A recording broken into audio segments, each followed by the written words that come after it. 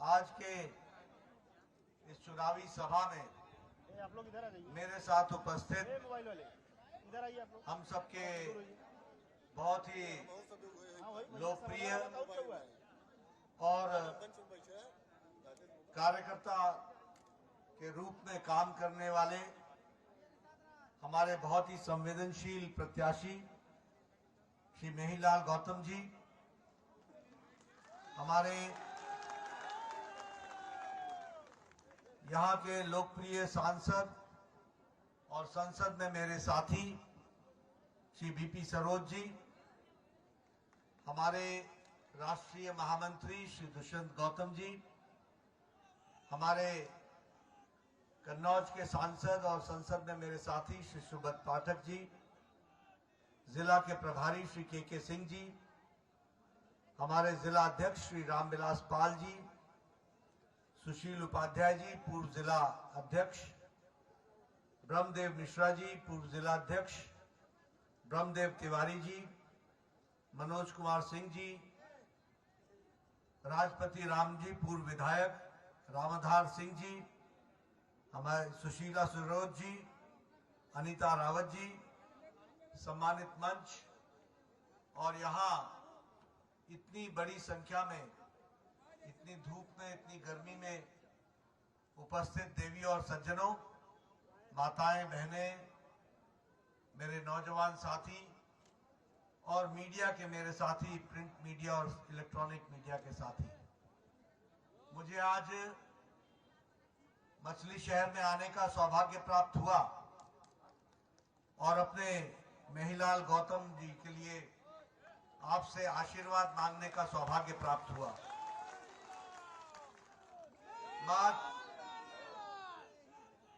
मां चौकिया धाम के में विराजमान शीतला माता को मैं नमन करता हूं और हमारे यहाँ के क्रांतिकारी स्वतंत्रता सेनानी श्री बनारसी राम जी को भी नमन करता हूं।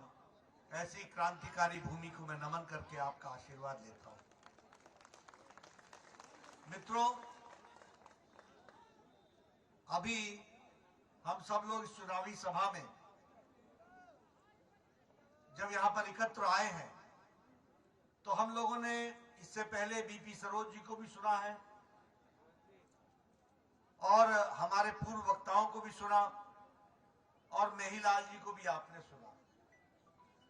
बार बार आपके ध्यान में एक बात आई होगी कि सब लोगों ने, जिन्होंने भी यहां से कुछ बोला, उसमें एक बात पर जोर दिया कि हम ये कर रहे हैं, ये हमने किया है और ये हम करेंगे और इसके लिए मुझे आपका आशीर्वाद चाहिए, आपका सहयोग चाहिए।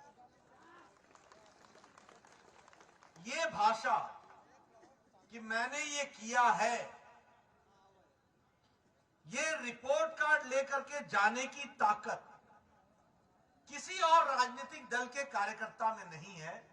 ये ताकत है तो भारतीय जनता पार्टी के कार्यकर्ता और नेता में।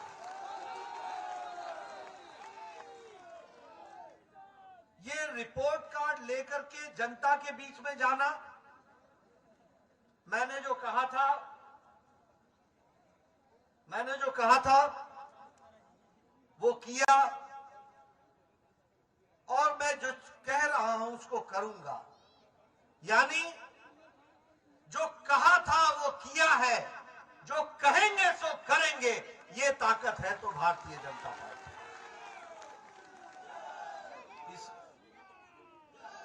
इसलिए आप दमखम के साथ गांव में जा सकते हैं, लोगों को कह सकते हैं कि हम कोई उन पार्टियों से नहीं है जो कहते कुछ है और करते कुछ है।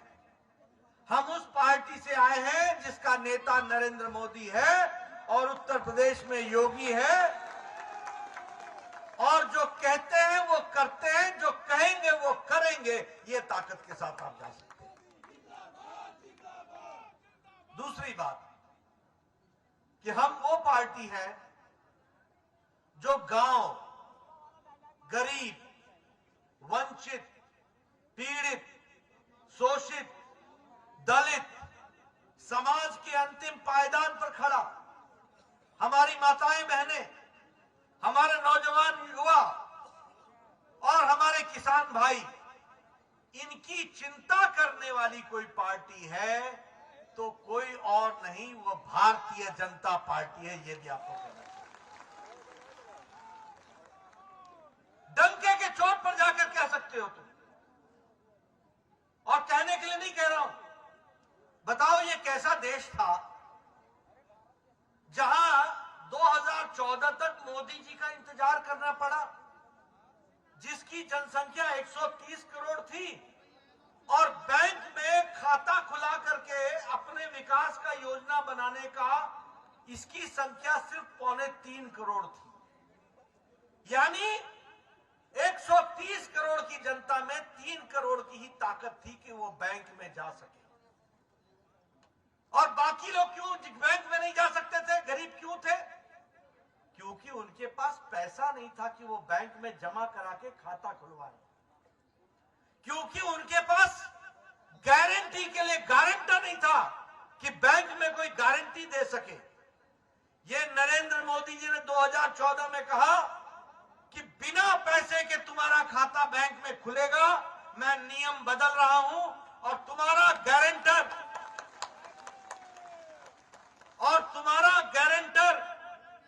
नरेंद्र मोदी होगा, नरेंद्र मोदी जी होंगे, भारत सरकार होगी, ये उन्होंने कहा। इसका फर्क क्या पड़ा? इसका फर्क क्या पड़ा कि आज 40 करोड़ लोगों के बैंक में खाते हो गए, 40 करोड़। अब प्रधानमंत्री आवास योजना का पैसा बीच में बिचौलिया नहीं खाता, सीधे पैसा मोदी जी का दिल्ली से चल के उसके खाते में चला जाता है। ये हमको समझना चाहिए। कोई दलाल नहीं, कोई बिचौलिया नहीं। एक समय में राजीव गांधी कहते थे कि 1 रुपया भेजते हैं तो 15 पैसा जाता है, 85 पैसा बीच में खा जाते हैं। आज मोदी जी का टनाटन 100% का 100% गरीब के खाते में जाता है। ये हमको समझना चाहिए। और इसीलिए प्रधानमंत्री, अगर आवास योजना शुरू की गई और प्रधानमंत्री आवास योजना में सारे देश में 2,36,00,000 मकान बने। अब ये महिलाओं का सशक्तिकरण सुन लो कैसे हुआ। 2,36,00,000 मकान बने और मछली शहर में 88,000 मकान बने 3 साल के अंदर। 88,000। जहां से मेहीलाल जी को आप चुनाव जिताने वाले हो, वहां से 88,000 मकान बने। और कैसे मकान बने? रसोई घर अलग, उसमें गैस का चूल्हा अलग, गैस का सिलेंडर अलग, रसोई शौचालय अलग, इज्जत घर अलग, रहने के लिए कमरा अलग, बाहर में अहाता अलग। और घर का मालिक नहीं होगा, मालकिन होगी। महिला सशक्तिकरण किया तो मोदी जी ने किया। मित्रों, आप बताइए, ये किसान की बात करते हैं। कोई किसान का नेता कहलाने के लिए सब किसान के नेता कहलाए। किसान की चिंता की तो नरेंद्र मोदी जी ने किसान की चिंता की और प्रधानमंत्री किसान सम्मान निधि और 180 लाख यानी 2.25 लाख करोड़ रुपए खर्च करके, बोलिए 2-2 हजार रुपए हर 3 महीने पर पहुंचाया कि नहीं पहुंचाया? किसान के खाते में पहुंचाया कि नहीं पहुंचाया? और इसके साथ साथ उनको 10 किश्तों में 2.25 लाख करोड़ रुपए पहुंचाने का काम किया तो मोदी जी ने किया है। यह हमको कभी सोचा था कि किसान को पेंशन लगेगी? कभी सोचा था कि किसान को सॉइल हेल्थ कार्ड मिलेगा? यहां आदमी का हेल्थ कार्ड मिलता ही नहीं था और मिट्टी का सॉइल हेल्थ कार्ड। ये 22 करोड़ किसानों के हाथ में सॉइल हेल्थ कार्ड, मिट्टी का हेल्थ कार्ड देने का काम किया तो मोदी जी ने किया, ताकि आप क्या उपज कर सको इसको आप चिंता कीजिए। आप बताइए, ये सौभाग्य योजना 2014 में 18,000 गांव में बिजली नहीं थी, 18,000 गांव में बिजली नहीं थी। और आज 1,000 दिन में 18,000 गांव में बिजली आ गई। आप बताइए 24 घंटा बिजली है कि नहीं है? 24 घंटा बिजली है कि नहीं? जला था कि ना? आ रहा है कि नहीं बिजली? अब पहले क्या, हफ्ता में 3 दिन, हफ्ता में 4 दिन, और भोरे है तो सांझ के गाय, और सांझ के है तो भोरे गाय।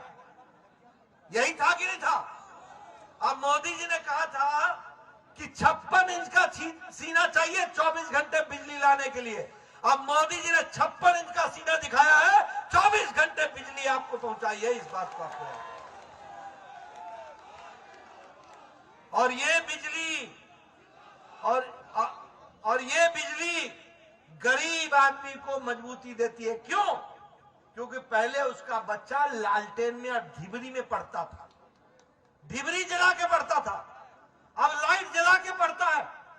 पहले उसका बच्चा टेलीविजन नहीं देख सकता था, अब उसका बच्चा टेलीविजन देखता है और दुनिया जानता है, और दुनिया के साथ कंधे से कंधा मुकाबला करने के लिए तैयार हो जाता है।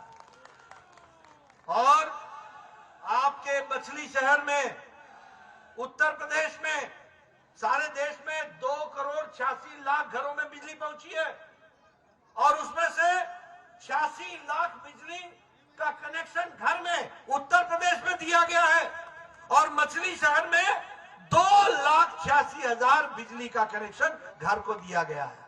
मतलब 2,68,000 घर आपके बगैर बिजली के थे, उनको बिजली देने का काम किया है। आप बताइए, गैस का चूल्हा मिला कि नहीं है उज्ज्वला में? बहनों को मिला कि नहीं मिला? चूल्हा मिला कि नहीं? सिलेंडर मिला कि नहीं? और अभी आप मेहीलाल जी को चुनाव जिता के भेजेंगे तो दिवाली और होली में 2 सिलेंडर मुफ्त का मिलेगा, 2 सिलेंडर मुफ्त का मिलेगा। और उसमें भी मछली शहर में 3,51,000 गैस के चूल्हे दिए गए हैं मछली शहर में, और देश में 10 करोड़ बहनों को दिया गया है। ये बात हमको ध्यान रखनी चाहिए। पहले शौचालय नहीं था। हमारी माताएं बहनें बोलो, गांव खेत में जाती थी कि नहीं जाती थी? जाती थी कि नहीं जाती थी? आजकल उत्तर प्रदेश में मोदी जी के आशीर्वाद से और योगी जी के कारण एक भी गांव ऐसा नहीं रह गया जहां बहनें खुले में जाती हैं। उनको इज्जत घर दिया है, उनकी इज्जत की रक्षा की है। इस बात को हमको याद रखना है। आप बताइए, जब 100 साल पहले महामारी आई थी, 100 साल पहले, तो लोग बीमारी से ज्यादा भूखमरी से मर गए थे, बीमारी से ज्यादा। आप बताइए, मोदी जी ने आपको अनाज पहुंचाया कि नहीं पहुंचाया? अनाज मिला था कि ना? 5 किलो गेहूं, 5 किलो चावल मिलता है कि नहीं? और योगी जी का चना मिलता है कि नहीं?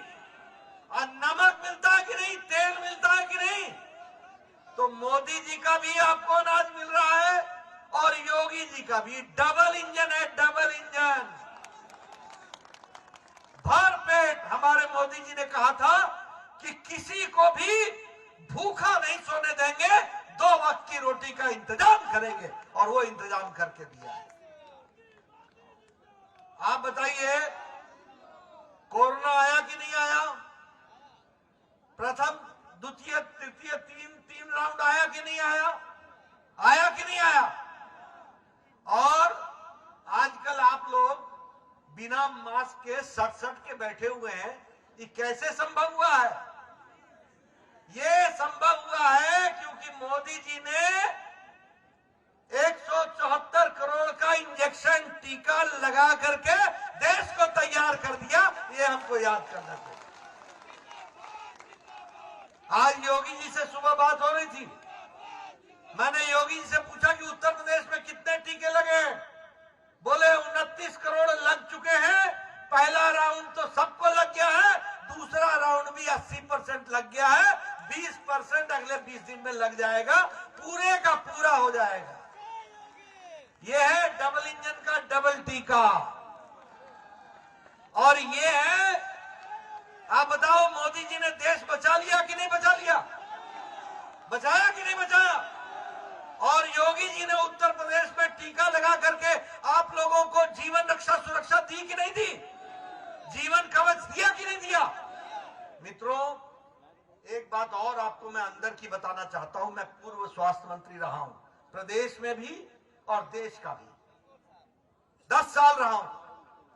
टेटनस का इंजेक्शन भारत में आने में 25 साल लग गए। जापानी भूलकार का इंजेक्शन जापान से भारत आने में 100 साल लग गया। 100 साल। 1906 में टीका बना था और 2006 में आया था टीका भारत में। एक मिनट भैया, आपका जोश मैं अपने साथ रखता हूं, मेरा होश अब अपने साथ रखो। सुन लो मेरी बात। ओ भाई, मेरी बात सुनो।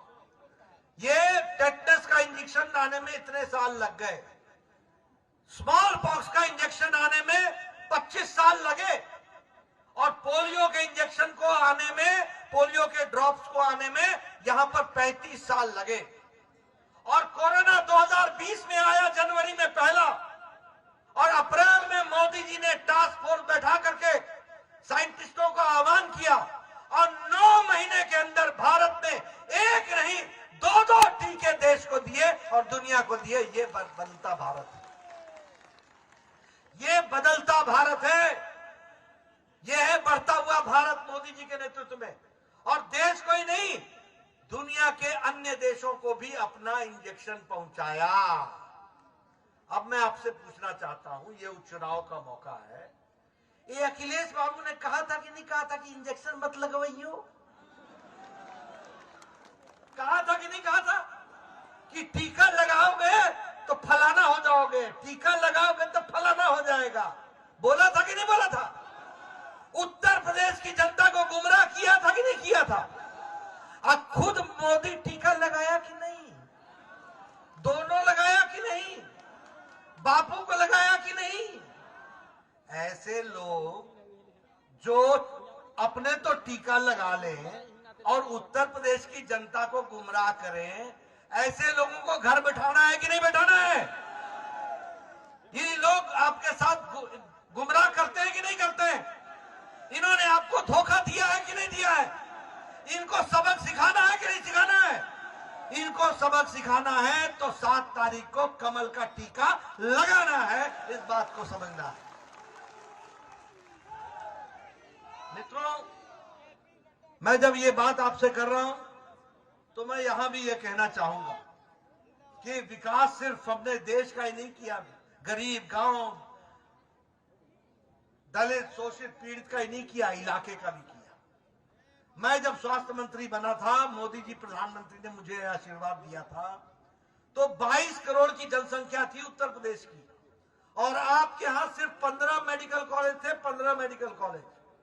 आज मैं ये गौरव के साथ कह सकता हूं कि मोदी जी ने और योगी जी ने 59 मेडिकल कॉलेज दिए हैं, और जौनपुर में भी मेडिकल कॉलेज दिया है, ये ध्यान रखना चाहिए। अब जौनपुर के मेडिकल कॉलेज का मतलब समझे आप? जौनपुर के मेडिकल कॉलेज का मतलब है कि हर साल जौनपुर से 100 बच्चे डॉक्टर बनेंगे, तो 150 बच्चियां नर्स बनेंगी, तो 100 बच्चे फार्मासिस्ट बनेंगे। एक दवाई की अपनी दुनिया खड़ी होगी, यहां डायग्नोस्टिक सेंटर खड़ा होगा, और गांव गांव में एमबीबीएस डॉक्टर पहुंचेगा। यह परिवर्तन आने वाला है, इसको समझना चाहिए। आप बताइए, भदोई, मडियाहू और जौनपुर की सड़क बनी है कि नहीं बनी है?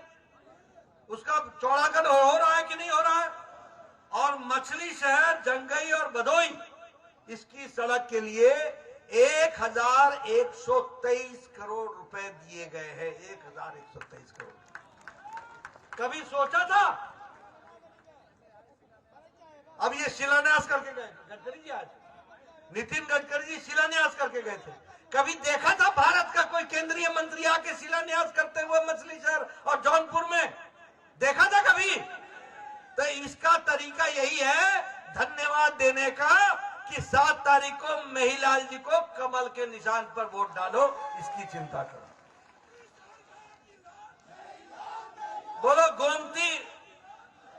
बोलो गोमती नदी पर ब्रिज बना कि नहीं बना 30 करोड़ की लागत से। इसलिए विकास की एक नई कहानी रची जा रही। अब बताओ, गोरखपुर एक्सप्रेसवे बन रहा है कि नहीं बन रहा है? गंगा एक्सप्रेसवे बन रहा है कि नहीं बन रहा है? बुंदेलखंड एक्सप्रेसवे बन रहा है कि नहीं बन रहा है? और हमारा पूर्वांचल एक्सप्रेसवे बन रहा है कि नहीं बन रहा है? ये 4 लेन 6 लेन बन रहा है कि नहीं बन रहा है? और हमारे नौजवान धड़ाधड़ मोटरसाइकिल पे बैठ के 80, 90, 100 खींचता है कि नहीं खींचता है? अब पहले क्या था मालूम नहीं था कि गड्ढा में सड़क है कि सड़क में गड्ढा है। फर्क है कि नहीं है? फर्क साफ है कि नहीं है? सोच ईमानदार है कि नहीं है? नेता दमदार है कि नहीं है? असरदार है कि नहीं है? कार्यकर्ता है कि नहीं है? तो इसको मजबूती देना आपका काम है, इसकी आपको चिंता करनी है। मित्रों, एक all India institute of medical sciences मिल गया आपको 5 साल में, गोरखपुर में शुरू हो गया। एक अटल यूनिवर्सिटी मिल गई, मेडिकल यूनिवर्सिटी। 28 इंजीनियरिंग कॉलेज मिल गए, 78 डिग्री कॉलेज मिल गए। आपको फर्क दिख रहा है कि नहीं दिख रहा है? अब बताओ, कुशीनगर का एयरपोर्ट बन गया कि नहीं बन गया? अयोध्या का इंटरनेशनल एयरपोर्ट बन रहा है कि नहीं बन रहा है? काशी में इंटरनेशनल एयरपोर्ट बन रहा है कि नहीं बन रहा है? और एशिया का सबसे बड़ा एयरपोर्ट उत्तर प्रदेश जेवर में बन रहा है। यह भी आपको ध्यान रखना चाहिए। एक विकास की नई कहानी लिखी गई है। और इसीलिए मैं आपसे ये कहने आया हूं, आप बताइए, हम वैचारिक पार्टी हैं। हम लोगों को अगर आपने वोट दिया, आपने बीपी सरोज को वोट दिया, तो बताइए, जम्मू कश्मीर से आपने अपनी उंगली से कमल दबाया था और बीपी सरोज ने 6 अगस्त 2019 को अपनी उंगली दबाकर धारा 370 को धाराशाही करके जम्मू कश्मीर में सारे कानून लागू कर दिए। ये इन्होंने किया। आप बताइए, राम जन्मभूमि कब मंदिर बन रहा है कि नहीं बन रहा है? भव्य मंदिर बन रहा है कि नहीं बन रहा है? और ये एसपी समाजवादी पार्टी के नेताओं ने और सरकार ने राम भक्तों पर गोली चलाई थी कि नहीं चलाई थी? और ये कांग्रेस के लोगों ने राम जन्मभूमि का विषय लटकाया था, अटकाया था, भटकाया था कि नहीं? इनको जवाब देना है कि नहीं देना है? आप बताइए, सुप्रीम कोर्ट ने कहा था कि मुस्लिम बहनों को 3 तलाक से मुक्ति दिलाओ, किसी में ताकत नहीं थी। बीपी सरोज जी ने मोदी जी के इच्छा शक्ति पर अपनी उंगली दबा करके 3 तलाक को सदा के लिए समाप्त करके मुस्लिम बहनों को आजाद किया। और मैं यहां कहूंगा, एक मिनट सुन लीजिए, मैं यहां कहूंगा कि जो लोग सांप्रदायिकवाद की बात करते हैं, जो लोग तुष्टीकरण की बात करते हैं, वो लोग मुस्लिम बहनों का भला नहीं चाहते थे। आज 2019 में कानून आया है और 2021 में मैं 22 में आपसे बात कर रहा हूं। 80% 3 तलाक की घटनाएं घट गई हैं। मुस्लिम महिलाओं को यह आजादी मिली है। ये मुस्लिम महिलाओं के लिए मोदी जी ने किया। 80%। नहीं तो क्या था? तलाक तलाक तलाक हो गई छुट्टी। 80% महिलाओं को इज्जत की जिंदगी जीने का मौका दिया है तो नरेंद्र मोदी जी ने दिया है। यह भी आपको याद रखना चाहिए, यह भी आपको ध्यान रखना चाहिए। मित्रों, अभी केंद्र का बजट आया। 1 साल में 60 लाख नौकरियां मिलेंगी युवाओं को। यह युवाओं की पार्टी है, यह युवाओं की चिंता करने वाली पार्टी है। 1 साल में 60 लाख नौकरियां लगेंगी। 1 साल में 25,000 किलोमीटर सड़क बनेगी, 20,000 करोड़ रुपए खर्च होगा। 1 साल के अंदर 3,80,000 घरों में 3 करोड़ 80 लाख घरों में नल से जल पहुंचेगा और 48,000 करोड़ रुपए खर्च होंगे। और इसी तरीके से लगभग 80 लाख घर बनेंगे, पक्के मकान, और उसमें 60,000 करोड़ रुपए खर्च होगा। यह है बदलता भारत, यह है बदलता उत्तर प्रदेश, यह है बदलता मछली शहर। इसको ध्यान में रखना चाहिए। आपने पिछली बार वोट दिया था बीजेपी को, तो योगी जी ने उत्तर प्रदेश को 7वें नंबर से उठा उठा करके दूसरे नंबर पर आर्थिक जगत में पहुंचा दिया। अब एक बार मेहीलाल जी को भेजोगे तो दूसरी बार आप पहले नंबर पर उत्तर प्रदेश खड़ा होगा। इस बात को भी हमको याद रखना है। मित्रों, जहां तक विकास की बात है, मैं एक ही बात कहूंगा, किसानों को आने वाले समय में सिंचाई के लिए बिजली मुफ्त होगी बिजली, और बहनों के लिए पढ़ने के लिए, कॉलेज स्कूल जाने के लिए स्कूटी और मोपेड मुफ्त में मिलेगा, और नौजवानों को 2 करोड़ नौजवानों को लैपटॉप और टैबलेट मिलेगा ताकि वो कंप्यूटर की पढ़ाई कर सके। इस तरीके का विकास होगा। और ये माफिया राज को समाप्त करना है कि नहीं करना है? योगी जी ने किया है कि नहीं किया है? इसको दबाए रखना है कि नहीं रखना है? माफिया राज को खत्म करना है ना? आपको मालूम है ना कि ये कानून वही था जो अखिलेश के जमाने में था, वही कानून योगी जी के टाइम पर था। मुजरिम और जुर्म करने वाले भी वही थे। आप बताइए, 5 साल पहले आजम खान दंदनाता था कि नहीं दंदनाता था? आप बताइए, मुख्तार अंसारी दंदनाता था कि नहीं दंदनाता था?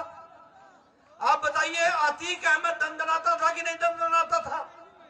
इन लोगों ने 800-700 करोड़ रुपए की संपत्ति दबा रखी थी। 800-700 करोड़ रुपए की दबा के रखी हुई थी। आप बताइए, योगी जी के आने पर आजकल ये तीनों जेल के अंदर है कि नहीं है? अब मुजरिम वही है, कानून वही है, नेता बदल गया। पहले दंडनाते थे, अब जेल में गुल्ली डंडा खेल रहे हो। यह परिस्थिति आकर के खड़ी हो गई। इनको जेल के अंदर रखना है कि नहीं रखना है? कानून को लागू रखना है कि नहीं रखना है? और इसीलिए योगी जी ने तय किया है कि anti terrorist squad training centre Deoband में बनेगा, मेरठ में बनेगा, बहराइच में बनेगा, आजमगढ़ में बनेगा, कानपुर में बनेगा।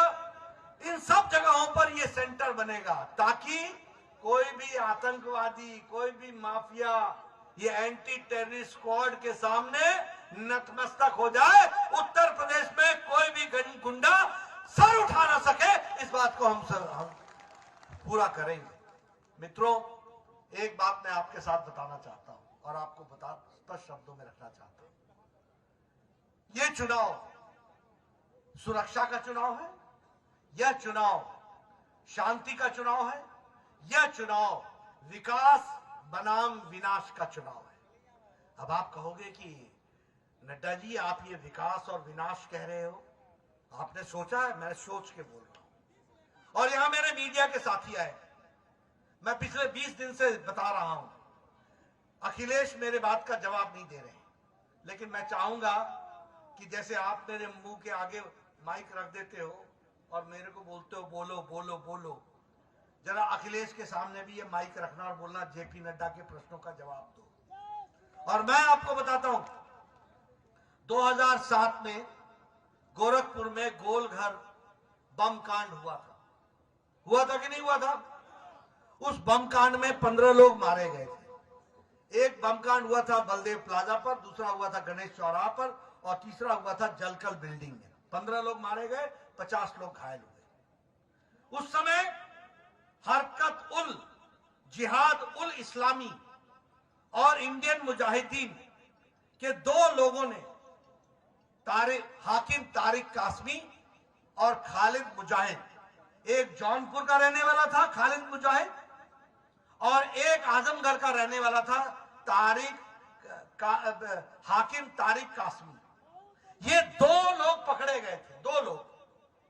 और इन्होंने क्या कहा था कि ये जो कचहरी में बम ब्लास्ट हुआ था अयोध्या में और लखनऊ में और गोरखपुर में, वाराणसी में, इन तीनों ब्लास्ट में हम शामिल थे। इन्होंने बताया कि हम शामिल थे श्रमजीवी ट्रेन के बम ब्लास्ट में, हम शामिल थे मुंबई के ट्रेन के बम ब्लास्ट में, हम शामिल थे जो संकट मोचन में बम ब्लास्ट हुआ था उसमें भी हम शामिल थे। कुल मिलाकर के 500 हत्याएं हुई थी और 2000 लोग घायल हुए थे। सबकी जिम्मेवारी इन लोगों ने ली। और मैं आपको बताना चाहता हूं कि 26 अप्रैल 2012 को अखिलेश जी ने बतौर मुख्यमंत्री हाकिम तारिक कासमी से और खालिद मुजाहिद का दोनों के खिलाफ ये सारे बम ब्लास्ट के आतंकवादी के मुकदमे वापस लिए थे बतौर मुख्यमंत्री। आप बताइए, अगर कोई प्रदेश का मुख्यमंत्री आतंकवादियों का केस वापस ले तो उत्तर प्रदेश का विनाश निश्चित है कि नहीं है? उत्तर प्रदेश का नुकसान भी निश्चित है कि नहीं है? और इलाहाबाद के हाई कोर्ट ने कहा कि आप ये केस वापस नहीं ले सकते हो, ये भारत के कानून के तहत आतंकवादी का केस है, ये मुकदमा वापस नहीं होगा। गोरखपुर में केस चला और स्पेशल कोर्ट ने 4 जिंदगियों तक आजीवन कारावास दिया। 4 जिंदगी, यानी 4 बार जिंदा होगा तो 4 जीवन उसको कारावास में गुजारना पड़ेगा। आप बताइए, ऐसे अखिलेश जी को आप यहां की बागडोर दोगे क्या? ऐसे लोगों को बागडोर दोगे क्या? ऐसे लोगों को काम दोगे क्या? मैं दूसरी घटना सुनाता हूं आपको, डेट नोट कर लेना मेरे मित्रों। 31 दिसंबर की रात और 1 जनवरी की सुबह 2008 रामपुर के सीआरपीएफ के कैंप पर AK-56 से गोलियों की बौछार हुई। आतंकवादियों ने गोलियां चलाई, 7 जवान मारे गए। 7 माताओं की कोख सूनी हुई, 7 बहनें विधवा हुई, 7 परिवार के बच्चे अनाथ हुए। यूपी के स्पेशल टास्क फोर्स ने और एनआईए ने एक व्यक्ति को नेपाल और भारत के बॉर्डर पर पकड़ा जिसका नाम था शहाबुद्दीन। वो बिहार का रहने वाला था। जब उससे पूछताछ की गई तो 7 लोग पकड़ाए, 3 उत्तर प्रदेश के थे और बाकी 4 बिहार के थे। कोई जौनपुर का था, कोई आजमगढ़ का था, कोई कहीं का था, कोई कहीं का था। 7 लोग पकड़ाए। अखिलेश जी ने 26 अप्रैल 2012 को यह कहा, ऑर्डर में लिखा है, हुक्म जारी किया है चीफ मिनिस्टर के रूप में कि सामाजिक सौहार्द के लिए, ये देखो सामाजिक सौहार्द, आतंकवादियों को छोड़ो, सामाजिक सौहार्द के लिए मैं यह केस वापस लेता हूं। ऐसी घिनौनी काम करने वाले आपके मुख्यमंत्री हो सकते हैं क्या? इनको ऐसे लोगों को बनाना है क्या? फिर उसके बाद इलाहाबाद हाई कोर्ट ने कहा तुम ये मुकदमा वापस नहीं ले सकते हो। मुकदमा चला, गोरखपुर के कोर्ट ने फैसला दिया, 4 लोगों को सजाए मौत और 3 व्यक्तियों को आजीवन कारावास की सजा सुनाई। मित्रों, ये मैं आपके साथ इसलिए बोल रहा हूं कि आप तो किसान हो, चावल के एक दाने से चावल की किस्म पहचान लेते हो, तो राजनीति की एक हरकत से राजनेता की किस्म नहीं समझ में आती क्या? ये राजनेता की आप देखो, तासीर देखो, जो आतंकवादियों को गले लगाता हो, जो आतंकवादियों को साथ लेकर के चलता हो। अभी 1 हफ्ता पहले अहमदाबाद में बम ब्लास्ट का फैसला आया है। देश में पहली बार 38 लोगों को सजाए मौत हुई है और उस 38 लोगों में एक मोहम्मद सैफ नाम का व्यक्ति है। वो मोहम्मद सैफ आजमगढ़ का रहने वाला है और उसके पिता का नाम है शादाब अहमद मिस्टर, और ये अखिलेश जी के साथ गले मिलते हुए फोटो खिंचाता है और समाजवादी पार्टी का दोस्त बनता है। आखिर अखिलेश जी को ये आतंकवादियों के साथ इतना प्रेम क्यों है? जिनको प्रेम हो वो आपसे प्रेम करेंगे क्या? उनको आपसे प्रेम होगा क्या? इनको घर बैठाना है कि नहीं बैठाना है? बोलिए, बहू बेटियों को सुरक्षित रखना है कि नहीं रखना है? शांति अमन चैन रखनी है कि नहीं रखनी है? माफिया राज को उत्तर प्रदेश से बाहर फेंकना है कि नहीं फेंकना है? जेल में डालना है कि नहीं डालना है? इसलिए सुरक्षा एक बहुत बड़ा मुद्दा है और उस मुद्दा का समाप्त करने का लाइसेंस मेहीलाल है, जिसको आपने 7 तारीख को वोट देना। बोलो, मेहीलाल गौतम कार्यकर्ता है कि नहीं है? बीजेपी का पुराना कार्यकर्ता है कि नहीं है? साधारण परिवार से आता है कि नहीं आता है? ये अखिलेश की तरह कोई चांदी का चम्मच लेकर के तो नहीं आया है? ये गरीबों की सेवा करने वाला आदमी है कि नहीं है?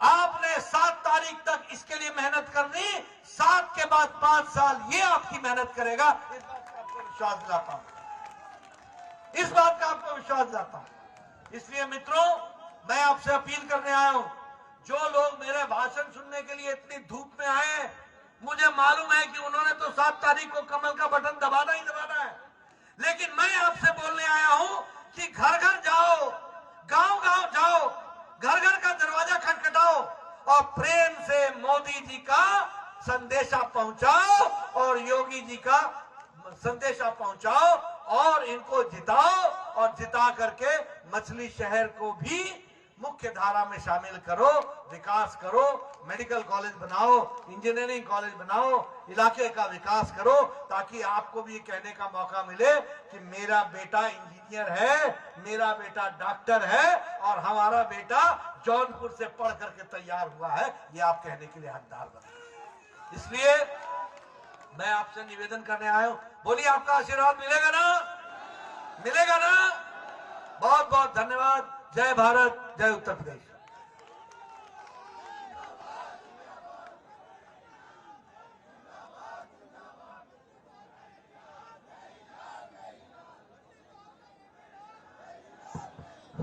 बहुत बहुत धन्यवाद राष्ट्रीय अध्यक्ष जी। आप सब लोग मेहीलाल के समर्थन में एक बार जोर से बोलिएगा, भारतीय जनता पार्टी, जेपी नड्डा जिंदाबाद, जिंदाबाद जिंदाबाद, मोदी योगी जिंदाबाद, जिंदाबाद जिंदाबाद, मेहीलाल जिंदाबाद, जिंदाबाद जिंदाबाद, मछली शहर का एक ही लाल, मेहीलाल मेहीलाल, मछली शहर का एक ही लाल, जेपी नड्डा